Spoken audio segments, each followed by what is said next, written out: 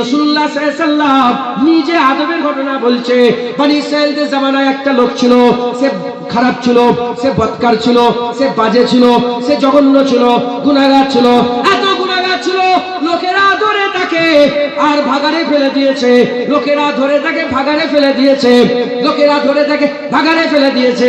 আল্লাহ মুসা আলাইহিস সালামের কাছে ওহী পাঠালেন, যাও চলে যাও, একটা লোক আছে, তাকে ভাগাড়ে ফেলে দিয়েছে, তাকে তোলো, তাকে গর্ত থেকে বের করো, ভাগাড় থেকে বের করো, গোসল দাও, জানাজা পড়ো, তার দাফন কাফনের ব্যবস্থা করো।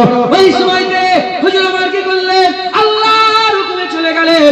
হুজুরের যে খবর পেলেন, হুজুর কার কার জানাজা পড়তে এসেছেন, কার জানাজা পড়তে এসেছেন, কার কার কার কার দাফন করতে এসেছেন, কাকে গোসল দিতে এসেছেন, এ তো সারা জীবন গুনার কাজ করেছে।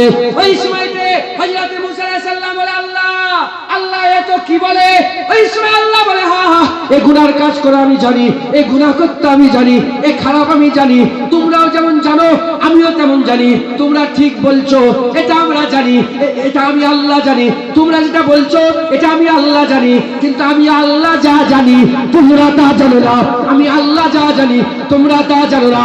হে মুসা, যা হুকুম দিয়েছি পালন করো।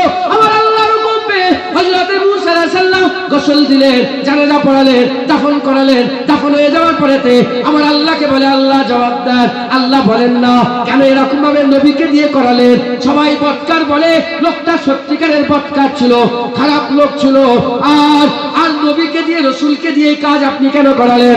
আমার আল্লাহ বলে, এ মুসা, আমি যে তাওরাত তোমাকে দিয়েছি, ওই তাওরাতে সে তেলাওয়াত করত। আমি যে তাওরাত কিতাব দিয়েছি, তাওরাত শরীফের তেলাওয়াত সে করত, তাওরাত শরীফের তেলাওয়াত সে করত। তেলাওয়াত করতে করতে, তেলাওয়াত করতে করতে, তেলাওয়াত করতে করতে যখন আমার আখিরি নবীর নাম এসে যেত, আখিরি নবীর নাম এসে যেত, মুহাম্মদুর রাসূলের নাম এসে যেত, তাহা ইয়াসিনের নাম এসে যেত, মুদাসসির মুজাম্মিলের নাম এসে যেত, আকা মাওলা রাসূলুল্লাহ আহমদ সাল্লাল্লাহু আলাইহি সাল্লামের নাম যখনই চলে আসতো, দুটো রিওয়ায়াত এসেছে। এক রিওয়ায়াতে নামে হাত বুলিয়ে চোখে লাগাতো, নামে হাত বুলিয়ে চোখে লাগাতো। আর এক রিওয়ায়াতে এসেছে হাবিবুল্লাহর নাম ধরে ঠোঁট দিয়ে একটা চুমা দিয়ে দিত। এই যে নবীর নামের চুমা, এই যে নবীর নামের আদব, আমি আল্লাহ আমাকে এত ভালো লেগেছে, ওর সব গুনাহ জানা সত্ত্বেও মুস্তাফার আদবের জন্য বান্দাকে আমি আল্লাহ জান্নাত দান করে দিলাম। জোরে হবে না সুবহানাল্লাহ? মুসলমান খবরদার, হুজুরের আদব করেন, হুজুরের মহব্বত করেন, বলেন ইনশাআল্লাহ। রাজি আছেন তো?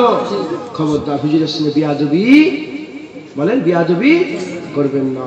প্রতিটা জিনিসের একটা হাকিকাত থাকে, ইমানের হাকিকাত রাসূলুল্লাহ। প্রতিটা জিনিসের একটা রূহ থাকে, ইমানের রূহ রাসূলুল্লাহ।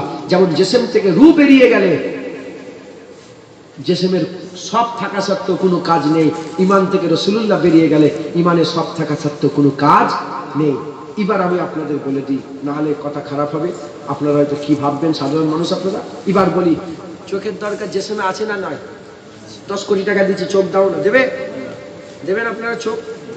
হ্যাঁ, 10 লাখ টাকা, 10 লাখ টাকা দিয়ে কানটা দাও দিন, তোমার দিবেন?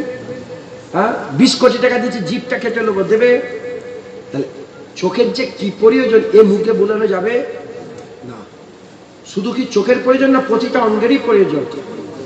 একটা এই নখটা তুলে দাও না, 10,000 টাকা দিচ্ছি, দিতে পারবে?